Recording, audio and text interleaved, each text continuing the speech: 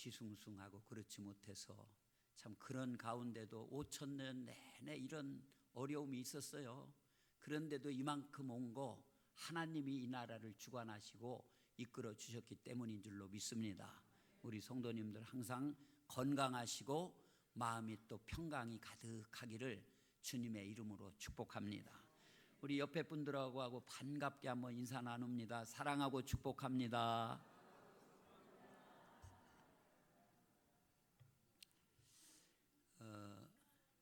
오늘 특별히 임명받으시는 우리 하나님의 일꾼 되시는 분들, 정말 충성스러운 주님의 일꾼들 다 되시기를 주님의 이름으로 축복합니다. 한 난쟁이 고개사가 있었어요. 이분은 거꾸로 서서 공을 막 돌리기도 하고 어떤 때는 접시를 돌리기도 하고, 그래서 지나가는 사람들이 돈을 던져주면은 그것으로 먹고 살던 그런 분이었습니다. 그렇지만 이분도 나이가 들어서 그나마도 할 수 없게 되었어요. 그래서 그를 불쌍히 여긴 어느 성당의 신부가 그를 데려와서 이 성당 안에서 심부름이나 하며 살도록 그렇게 했어요. 그런데 고개사가 성당에 온 뒤로부터 차츰 얼굴에 생기를 잃어가기 시작했습니다. 삶의 의미를 찾지 못하던 어느 날 미사를 드리면서 이런 말씀을 듣게 돼요. 누구든지 자기가 가진 재능을 가지고 하나님께 드리는 자가 하나님을 기쁘시게 하는 자다, 그런 얘기를 들어요. 그래서 고개사의 마음속에 이런 생각이 들었습니다. 내가 가진 재능은 이렇게 거꾸로 물구나무 서서 공 굴리는 것과 접시 돌리는 것밖에 없는데 이것이라도 하나님 앞에 보여드려야 되겠다, 그런 마음을 가져요. 그런데 밝은 낮에 보여드리자니 창피해서 다른 사람들이 일어나지 않는 새벽에 성당 안에 예수님의 십자가상 앞으로 나와서 거기서 물구나무를 서서 발가락으로 접시를 돌리고 몸을 동그랗게 말아서 체주곤뱅이를 하면서 그렇게 보냈어요. 최선을 다해서 체주를 다 부립니다. 그는 이 일을 매일 했어요. 그때부터 이 고개사의 얼굴에 생기가 돌고 보람이 생겼습니다. 하루는 청소부가요, 성당에서 청소를 하는데 이 고개사가 거룩한 십자가상 앞에서 체주를 부리고 있는 것을 보게 돼요. 그래서 청소부는 깜짝 놀라서 자기 신부에게 달려가서 자초지종을 이야기합니다. 그의 말을 들은 신부는 이걸 확인하려고 새벽에 숨어서 지켜보게 돼요. 그러자 고개사가 무릎을 딱 꿇고 주님, 제가 가진 재주는 이것뿐입니다, 그러면서 온갖 재주를 다 부리며 십자가 앞에서 고개를 하는 그런 모습을 다 신부가 지켜보게 됩니다. 그것을 보고 신부가 혼을 내주려고 나가려는 순간 기적이 일어나요.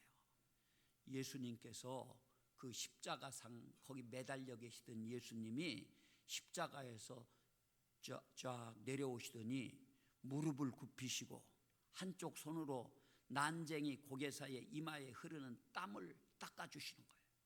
그러면서 그대가 나를 기쁘게 했노라, 그대의 땀을 내가 보았노라, 그대의 눈물과 재능을 내가 받았노라, 그런 말씀을 하시는 거예요. 이 모습을 본 신부는 무릎을 꿇고 오 주여, 저도 저 난쟁이와 같이 마음을 다하고 뜻을 다하고 땀을 쏟아 주께 드릴 수 있는 일꾼이 되게 하옵소서, 그런 기도를 간절히 드렸다고 그럽니다. 사랑하는 여러분들, 진정한 일꾼은 과연 어떤 사람이 진정한 일꾼입니까? 일꾼은요, 주인의 명령을 수행하는 사람이에요. 또 주인 밑에서 시중을 드는 하인이 일꾼입니다. 청직이라는 그런 의미가 있어요. 바울은 자신을 교회의 일꾼이라고 그렇게 말하고 있어요. 과연 교회는 무엇입니까? 죄악된 세상에서 불려 나와서 거룩한 곳에 모인 자들의 모임, 이게 교회예요. 구원받은 하나님의 백성들로 이루어진 신앙 공동체가 교회입니다. 고로 교회는 성령의 도우심으로 예수의 말씀에 따라서 하나님의 뜻을 성취해 나가는 곳, 그곳이 교회예요. 따라서 교회에서 세워지는 일꾼은요, 하나님을 섬기는 자고, 또 하나님을 섬길 뿐만 아니라 성도들을 섬기는 자가 하나님 교회의 일꾼들인 줄로 믿습니다. 오늘날 우리는요, 사도 바울의 겸손과 봉사의 모습을 통해서 교회 일꾼의 모습을 찾아볼 수가 있어요. 제가 부여제일교회 처음 부임을 해 갔는데 거기 권사님 한 분이 조용히 저하고 얘기하는 가운데, 목사님 이런 일이 있었습니다 그래요. 자기가 어떻게 속회 인도를 하고 그러는 인도자인데 그 속회에서 찬양을 좀 하려고 교회 사무실에 가서 전도사님한테, 전도사님 이것 좀 7부만 복사해 주십시오 부탁을 드렸더니 그 전도사님이 그러더래요. 우리 같은 고급 인력이 복사나 해주려고 여기 있는 줄 아십니까? 그러더래요. 그래서요, 그게 교회가 큰 문제가 되고 어려움이 돼서 그 양반 전도사 나가게 되고요, 그 소동을 겪었다는 거예요. 여러분, 우리는 하나님의 일꾼으로 부르심을 받았어요. 이게 기쁜 마음으로 성도를 섬기는 일이라면 우리들이 잘 감당하고, 또 하나님을 섬기는 일에 있어서도 기쁨으로 감당해야 될 줄로 믿습니다.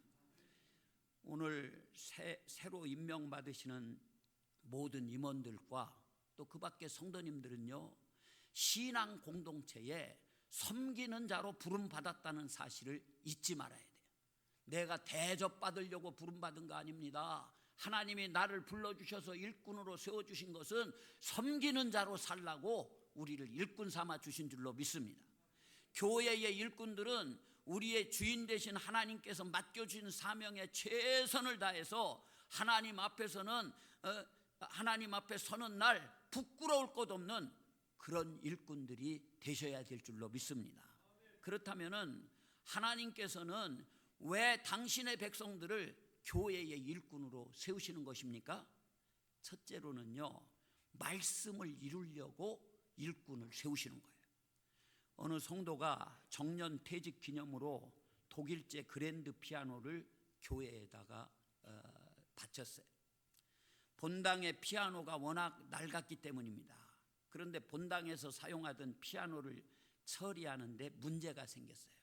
그 낡은 피아노는 은퇴하신 권사님이 20년 전에 권사 취임 기념으로 헌물한 피아노였어요. 그런데 그냥 치워버릴 수가 없었기 때문에 담임 목사가 전화를 걸었어요. 권사님, 본당의 피아노를 우리 권사님께서 20년 전에 바치셨지요? 권사님, 네, 제가 드렸습니다. 목사가 말합니다. 어떤 성도가 새 피아노를 바치셨는데 이 헌 피아노 대신 본당에 갖다 설치해도 되겠지요? 여쭤봤어요. 그런데 권사님은 한참 말이 없으십니다. 그러다가 얼마 후에, 목사님, 안 됩니다. 절대 그럴 수 없습니다. 제가 눈물로 기도하고 바친 건데 그거 치우면 안 됩니다. 내 눈에 흙이 들어가기 전에는 절대로 안 됩니다. 그랬다는 거예요. 그래서 새 피아노를 결국 본당에 들여놓지 못했다는 얘기예요. 안타까운 마음에 그 목사는 선배 목사님에게 무슨 방법이 없겠느냐고 전화로 물어봤어요. 그러니까 그 선배 목사님이 방법이 있기는 있는데 말끝을 흐려요. 전화 건 목사님이, 목사님 방법이 뭐예요? 말씀 좀 해 주십시오. 그러니까 선배 목사가 뭐라고 그런 줄 아세요? 오늘부터 목사님 이렇게 기도하세요. 하나님 간절히 구하오니 하루속히 그 권사님의 눈에 흙이 들어가게 하여 주옵소서. 그런 기도를 하라고 그랬다는 거예요. 그 권사님께서는 교회를 위해서 일하긴 하셨지만 자기 마음에 맞춰서 일했던 거예요. 교회의 일꾼들은 모름지기 하나님의 말씀을 이루고 더 큰 영광을 위하는 일에 초점을 맞춰서 일을 해야 되는 겁니다. 우리는 하나님께서 기뻐하시고 하나님께서 원하시는 그런 일이면은 때로는 내 마음에 좀 안 들고 뜻에 안 맞고 기분에 안 들어도 그 순종해야 되는 거예요. 자기의 생각을 이루는 곳이 교회가 아닙니다. 하나님의 말씀이 이루어지는 곳이 교회입니다. 사도 바울은요, 본문 오늘 25절 말씀에서 내가 교회의 일꾼 된 것은 하나님이 너희를 위하여 내게 주신 직분을 따라 하나님의 말씀을 이루려 함이니라, 이렇게 고백하고 있어요. 하나님의 말씀을 이루려고 내가 교회의 일꾼 됐다, 이런 고백을 하고 있어요. 곧 그 뜻을 이루려 함이라는 것입니다. 바울은 복음 전파를 사명으로 하는 그런 일꾼이 되었을 때 비로소 하나님의 말씀을 이룰 수가 있었습니다. 교회의 일꾼은요, 하나님께서 주신 직분에 대해서 자부심을 가져야 될 뿐만 아니라 하나님이 기뻐하시는 것을 알고 섬기기에 즐거울 수밖에 없는 거예요. 교회의 주인은 하나님이신 줄로 믿습니다. 하나님을 위해서 우리들은 일해야 되는 거예요. 아무리 교회에 오래 다녔을지라도, 또 교회에 공로가 있다 할지라도, 교회를 위해서 수고를 많이 하였다 할지라도 주인이 되어서는 안 되는 거예요.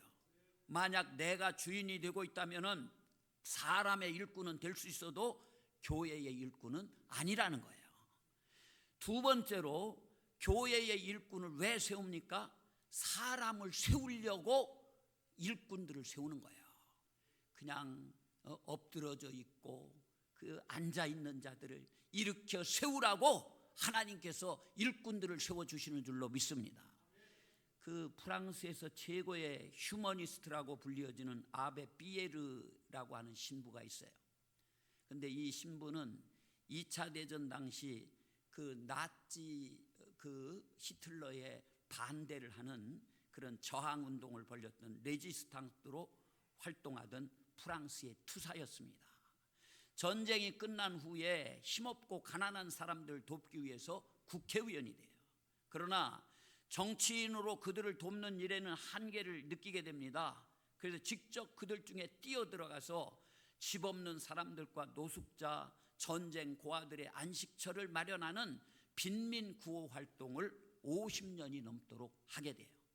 그리고 엠마오 공동체라는 조직을 만들어서 운영을 합니다. 이 피에르 신부가 이런 활동을 하게 된 계기가 있어요. 국회의원이던 어느 날 자살을 기도하다가 실패한 사람을 만나게 돼요.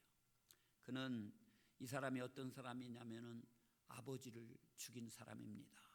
그래서 감옥에 가서 복역을 하고 이제 오랫동안 있다가 출소를 했어요. 출소를 해서 자기 딸을 만나러 갔지만 딸이 나는 살인자 아버지하고는 안 만난다, 외면하니까 삶의 의미를 느끼지 못해서 자살을 기도했던 그런 사람입니다. 그래서 그 사연을 들은 이 피에르 신부가 얘기해요. 나는 당신에게 해줄 것이 아무것도 없습니다. 내 월급은 집 없는 사람들의 집을 지어주느라 다 들어가고 도리어 저는 빚까지 지고 있습니다. 그런데 당신은 죽기를 원했고 또 거리낄 것이 아무것도 없지 않습니까? 그러니 잠시 집이 지어지기만을 기다리는 자들을 생각해서라도 집 짓기가 빨리 끝날 수 있도록 나 좀 도와주시면 좋겠습니다, 그런 얘기를 해요. 그랬더니 자살을 기도했던 이 사람은 피에르 신부를 도와서 집 짓는 일에 동참을 하게 됩니다. 그런데 그 일이 그에게 새로운 삶의 의미를 부여해 주게 됐어요. 그래서 그는 이런 고백을 합니다. 신부님께서 저에게 돈이든 일이든 그저 저에게 베푸시기만 했다면 아마 저는 또다시 자살을 시도했을 겁니다. 제게 필요한 것은 살아갈 방편이 아니라 살아갈 이유였기 때문입니다, 그런 고백을 해요. 그 후에 그는 자신보다도 더 가난하고 불행한 사람들을 도우면서 살아갔다고 그럽니다. 자살을 결심한 이 절망한 자가 남을 돕는 구원자가 된 거예요. 나의 것을 혼자 누리지 않고 다른 이와 함께 공유하면서 다른 이들을 도와서 어떤 사람을 세우는 기쁨이야말로 최고의 기쁨입니다. 오늘 28절 말씀을 한번 보십시다. 다 같이 읽겠어요. 시작. 우리가 그를 전파하여 각 사람을 권하고 모든 지혜로 각 사람을 가르치면 각 사람을 그리스도 안에서 완전한 자로 세우려 함이니. 아멘. 사람들을요, 그리스도 안에서 완전한 자로 세우려고 하나님께서 일꾼들을 세우신다, 그런 얘기예요. 완전한 자로 세우려고. 여기 완전한 자란 성숙한 믿음의 소유자를 가리키는 거예요. 훈련된 교회의 일꾼을 뜻하는 거예요. 따라서 교회의 일꾼들은요, 믿음이 어린 사람들이 교회나 하나님에 대해서 잘못 알고 있는 것들을 훈계하고 충고해서 바로잡아줘서 완전한 일꾼들로 세워주는 자, 그들이 바로 하나님의 일꾼들인 줄로 믿습니다. 그리고 세 번째, 왜 일꾼을 세우느냐? 그들의 수고를 다하게 하려고 그러는 거예요. 수고를 다하게 하려고. 여러분들 1866년에요 9월 2일 대동강 모래사장은요 핏빛으로 물들었습니다. 조선에 강제로 통상을 요구하던 미국 상선 제너럴 셔먼호에 탄 사람들이 평안감사였던 박규수의 군대의 공격을 받게 돼요. 그래서 부서진 배에서 탈출한 이 제너럴 셔먼호의 선원들과 동행자들이 대동강 모래사장으로 끌려 나왔습니다. 그 중에 한국 사람들에게 성경책을 나눠주는 그런 사람이 있었어요. 물론 그도 모래사장으로 끌려 나와서 참수형을 당하게 됩니다. 저녁 하늘이 붉게 물들어가는 시간에 이 대동강 모래사장을 피로 물들이며 죽어간 27살의 청년이 있었는데, 그가 바로 우리나라 최초의 기독교 선교사로 순교를 당한 토마스 목사였어요. 놀라운 것은요, 그가 나눠준 성경을 받아든 홍신길이라는 사람, 또 최치량이라는 사람, 또 이 성경을 받아가지고 자기 집에 가서 이 성경책을 찢어가지고 벽지로 사용했던 박영식이란 이런 사람이요, 한국 기독교 역사에 큰 업적을 남긴 개척자들이 되었다는 거예요. 토마스 선교사의 목을 벤 이 박춘권이라고 하는 사람이 있었는데, 이 사람도 훗날 예수를 믿고 평양교회의 장로가 되었습니다. 토마스 선교사가 목숨을 다하여 끝까지 복음을 전한 그곳에 하나님께서 함께 역사하셨던 거예요. 토마스의 목숨을 내놓은 순교는요, 그와 함께 역사하신 하나님에 의해서 복음의 문을 여는 능력으로 나타나게 됐다, 그런 얘기. 오늘 29절 말씀을 다시 한번 봅니다. 이를 위하여 나도 내 속에서 능력으로 역사하시는 이의 역사를 따라 힘을 다하여 수고하노라 그랬어요. 여기 힘을 다하여라는 말은 달리기 선수가 결승점, 그 골인 지점을 향해서 최선을 다해서 온 힘을 다해서 달리는 거, 이걸 힘을 다하여라는 표현으로 씁니다. 수고한다는 것은 피곤하여 지치도록 노력한다는 그런 의미예요. 수고는 억지로 하는 것이 아닙니다. 억지로 일을 하기 시작할 때부터 문제가 발생하는 거예요. 마음속에서 능력으로 역사하시는 성령의 말씀과 자유함 속에서 기쁨으로 일해야 되는 거예요. 자신의 생각을 따라 일하는 것이 아니라 성령께서 주시는 힘으로 수고해야 된다는 거예요. 이 모습이 진정한 교회의 일꾼의 모습이에요. 어느 중학교에 음악 선생님이 새로 부임해 가게 됩니다. 그래서 이 음악 선생님이 그 학교에 밴드를 새로 조직을 하게 돼요. 여러 악기들이 제소리를 내려면 적어도 1년 이상의 시간이, 또 훈련이 필요하다고 그래요. 그렇지만 음악의 문외한인 교장 선생님은 일방적으로 얼마 지나지 않아서 연주의 날짜를 잡아요. 관악 때는 당황했습니다마는 열심히 준비해서 준비의 날, 그 음악회 날을 맞이하게 됐어요. 연주의 날. 그리고 연주가 시작되기 전에 지교사 이 음악 선생님이 긴장하는 이 학생들, 관악대원들에게 자신 없는 사람은 연주를 하는 척만 해, 진짜 하지 말고, 그런 얘기를 해줘요. 잠시 후에 교사가 이제 지휘봉을 들고 힘차게 지휘를 하지만 놀랍게도 아무 소리가 나지 않는 거예요. 모두가 하는 척만 했을 뿐 소리를 내지 않았던 겁니다.